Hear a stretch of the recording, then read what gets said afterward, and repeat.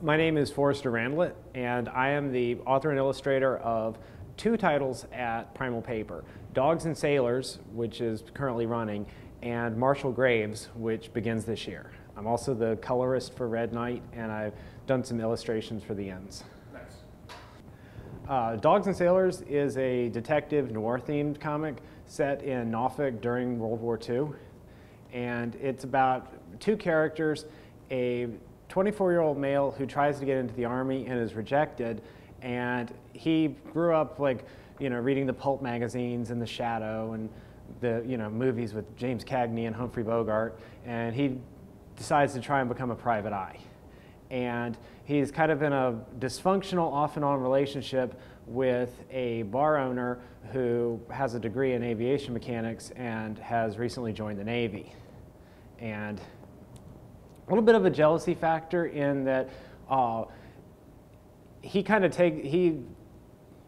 it the wrong way that his girlfriend is actually doing something. Well, she's not his steady girlfriend. He takes it the wrong way that the girl is doing something for the war effort, and he's not. So he kind of overcompensates by getting himself into dangerous situations. That's awesome. Dude sounds like a cool kind of guy. Yeah, he's very idealistic and almost naively so, really taking that, the propaganda posters message to heart. And because he's not in the military and he's new to trying to be a private eye, so he has no police experience or anything, he's not really jaded yet. He still has that optimism. Marshall Graves is a Western-styled comic set in Norfolk during the Civil War Reconstruction, during the period where the city was under martial law and it had a lot of potential race problems. There were some riots in April of '66, and the riots that occurred in real life in the story prompts the Yankee commander overseeing the occupation to recruit a U.S. Marshal.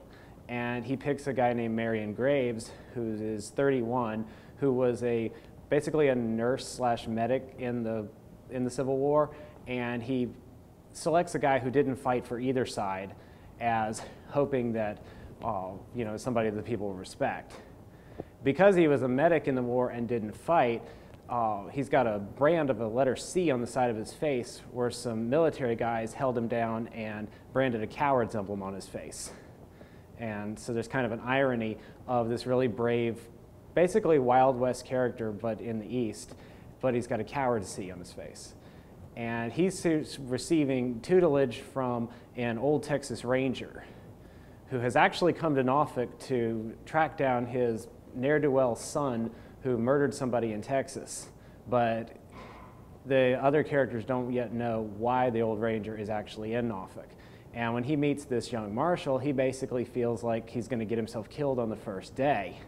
So he comes up to him on the street, tips his hat, then grabs the marshal's gun, pistol whips him with his own gun, and tells him, "My name's Gabriel Ward, nice to meet you. I'm your deputy." I'm selling mine at Local Heroes in Ghent. They take care of getting them to the other stores. I think it's Atlantis in Ocean View, Comic Kings in Virginia Beach.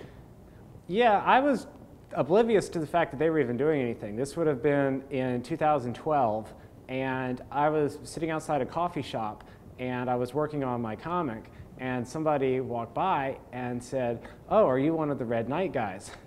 And I'd never even heard of this. And I'm like, "No, what's that?" And they're like, "Well, it's a local comic, that's set in Norfolk." And of course, my internal reaction is, darn, because I thought I was the first, but I was actually the second to come up with the idea of using Norfolk as a setting.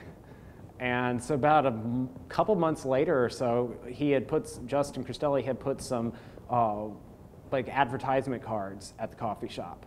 And so when I saw those, I found the Facebook page, and I wasn't ever originally trying to get involved. I had bought his comic and I thought it was cool, and I did a page of fan art just for kicks. And so I sent that to him, and we got to talking, and I was like, "Well, I'm working on something here, look at this." And then they basically invited me. There wasn't any one singular event that led me to pick Norfolk as a setting specifically. Originally, my noir title was going to be set in an imaginary city called New Bristol, which was going to be a pun on Bristol board, the paper you draw on. And I was researching the time period, and I'd always been interested in local history. And so as I was reading about the period, and I was reading about local things, for a while I thought about setting it in a fictional town that was basically Norfolk but called something else, kind of the way, you know, Gotham City is New York. And then it kind of dawned on me, why do that? Just call it Norfolk. And the more I read about it, there's not a whole lot I really need to make up. I mean, the history speaks for itself so much that all I really do is just put fictional characters in situations that stitch together different times and places and things that happened. And there's been so many like historical people drifting through. And the one series, Dogs and Sailors, it split off into two when I started thinking about the family backgrounds of my main characters. And so the female character in the story, Lila, her father was born during the race riot in 1866. And I was doing research, and that was just supposed to be a one 5-page story about her family background. And there was so much to tell about that. I'm like, wow, there's a whole other series here. And so originally I was going to call it Dogs and Sailors Martial Law, but then I thought that the series was strong enough on its own without connecting it. Well, I actually never was a comic book fan as a kid because I grew up in the 90s, and comics in that period were not really accessible to young children. There were a lot of long, ongoing continuities, a lot of history and baggage, and I remember looking at some comics when I think I was about 6 or 7, and I remember, I think it was like Superman was like punching somebody, and he had like blood spattered on his face, and Lois was pulling him back saying, "Superman, no, you're killing him." And that ultra-violent style that the 90s had just put me off. And, you know, like the 90s X-Men with like Wolverine and characters like in these faces. And so I didn't really want to read them. It was the animated series at the time that pulled me in.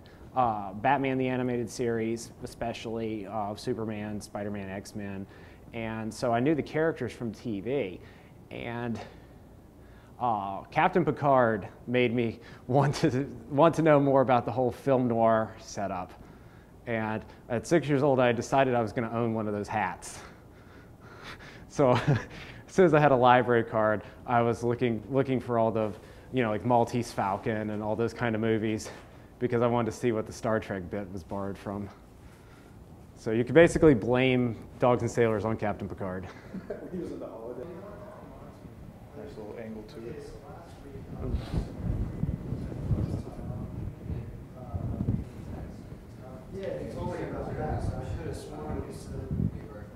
Right there? Yes, it has like the wood panels on it. Yep, 37 for the wedding.